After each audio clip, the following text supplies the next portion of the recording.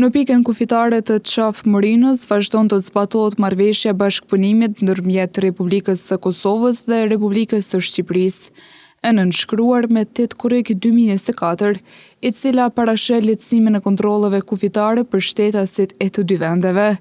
Sipas komandantit të pikës kufitare Qafë-Morinë, Toger Ismet Hodaj, kjo marrëveshje është ndarë në 2 faza dhe ka për qëllim të lehtësojë lëvizjen e qytetarëve dhe mallrave ndërmjet dy shteteve. Lidhur me protokolin apo marrëveshjen e bashkëpunimit në mes të Republikës së Kosovës dhe Republikës së Shqipërisë, i cili është nënshkruar me datën 8 shtatit të vitit 2024, që parasheh kontrollin e lehtësuar kufitar për shtetas të dy vendeve, respektivisht Kosovës dhe Shqipërisë, që aplikohet në 2 faza gjatë një viti kalendarik.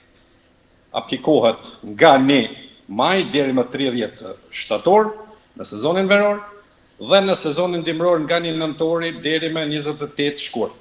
Toger Hodaj thekson se marrëveshja aktuale ka dhënë efekte pozitive, duke shmangur kolonat e gjata në kufi dhe duke e bërë kalimin më të shpejt e më të lehtë për qytetarët.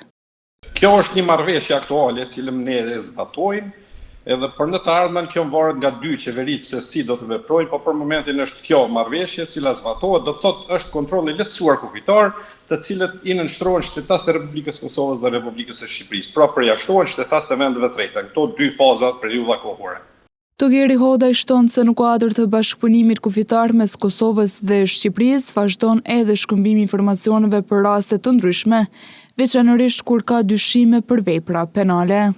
Efekti ka qenë pozitiv, sidomos në lehtësimin e kalimeve, mos lejimin e kolonave të gjata, si për njerëz edhe për mallra të ndryshëm.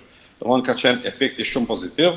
Normal që në kuadër të bashkëpunimit që kemi në shkëmbejmë edhe informacionet që kemi për raste të ndryshme, përjashtohen nëse ka informacione për ndonjë rast të vepra penale, ato domthonë shkëmbehen informacionet dhe selektohen edhe kontrollohen rastet të dyshimta nëse kemi. Kujtojmë se kjo procedurë e kontrollit të lehtësuar kufitar do të vazhdojë të jetë në fuqi deri më 28 shkurt 2026, si pjesë e përpjekjeve për të forcuar bashkëpunimin dhe lëvizjen e lirë mes dy vendeve.